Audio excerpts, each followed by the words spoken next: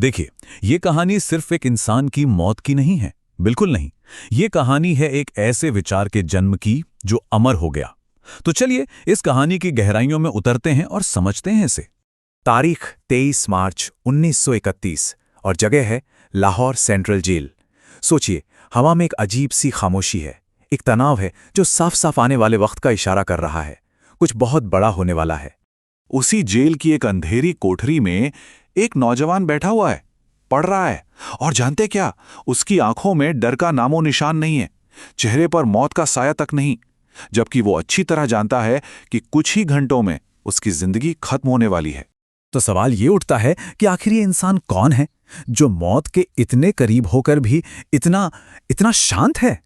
चलिए इस हिस्से में हम उसी से मिलते हैं। उनका नाम है भगत सिंह। जी हां, ये कहानी उनके आखिरी कुछ घंटों की है। वो पल जब एक इंसान मौत के बिल्कुल करीब था और एक विचार हमेशा हमेशा के लिए अमर होने वाला था। तो सुबह होती है, जेल का दरवाजा खुलता है, सिपाही आवाज देता है और भगत सिंह वो बस शांति से मुस्कुराते हैं और कहते हैं, अरे रुको, पहले इस किताब का आखिरी पन्ना तो पढ़ लेने दो। सोचिए, उनके हाथ में व्लादिमीर लेनिन पर लिखी एक किताब है। जब दुनिया मौत से भाग रही होती है ना, भगत सिंह मौत का इंतजार विचारों के साथ कर रहे थे। देखिए, भगत सिंह के लिए क्रांति का मतलब सिर्फ आजादी नहीं था, उससे कहीं ज्यादा, कहीं गहरा था। तो चलिए अब समझते हैं कि उनके लिए इस शब्द का, क्रांति का असली मतलब क्या था।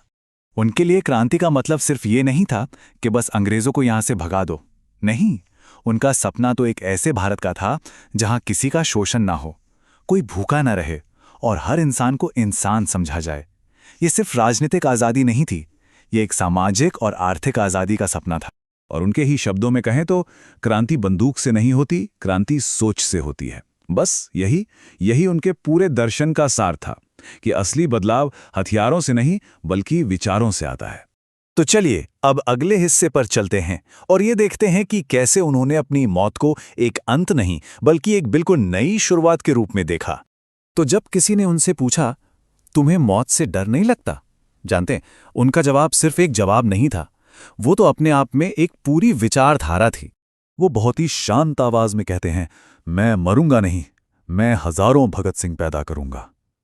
वो जानते थे, उन्हें पता था कि उनकी शहादत एक चिंगारी का काम करने वाली है। मतलब उनकी एक शहादत अनगिनत क्रांतिकारियों के जन्म का बीज बनने वाली थी। सोचिए, एक अंत से हजारों नई शुरुआतें। तो अब हम उस क्षण की ओर बढ़ रहे हैं जहां इतिहास हमेशा के लिए बदल गया। वो आखिरी पल और वो आखिरी नारा। अंग्रेज सरकार उनसे इतना ज्यादा डरती थी, इतना कि फांसी सुबह के बजाय शाम को दी गई। क्यों? ताकि कोई भीड़ इकट्ठा ना हो सके। और जब वो फांसी घर की तरफ जा रहे थे, वो अपने साथियों राजगुरु और सुखदेव से मिलते हैं। तीनों ने एक दूसरे की तरफ देखा और मुस्कुराए, एक शांत निडर मुस्कान।